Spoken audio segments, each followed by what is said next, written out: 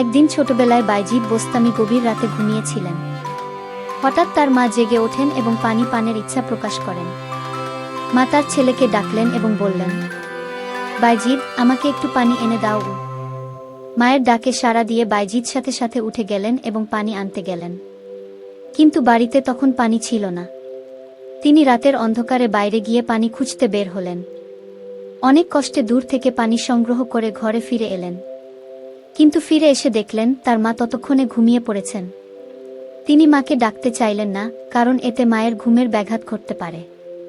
তাই তিনি পানির পাত্র হাতে নিয়ে দাঁড়িয়ে রইলেন, যেন মা ঘুম থেকে জেগে উঠলে সঙ্গে সঙ্গে তাকে পানি দিতে পারেন।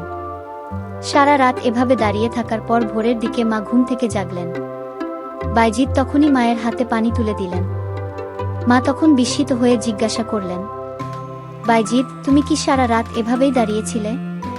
তিনি বিনয়ের সঙ্গে উত্তর দিলেন, হ্যাঁ মা, আমি তোমার জাগরণের অপেক্ষায় ছিলাম, যাতে তুমি চাইলে সাথে সাথে তোমাকে পানি দিতে পারি।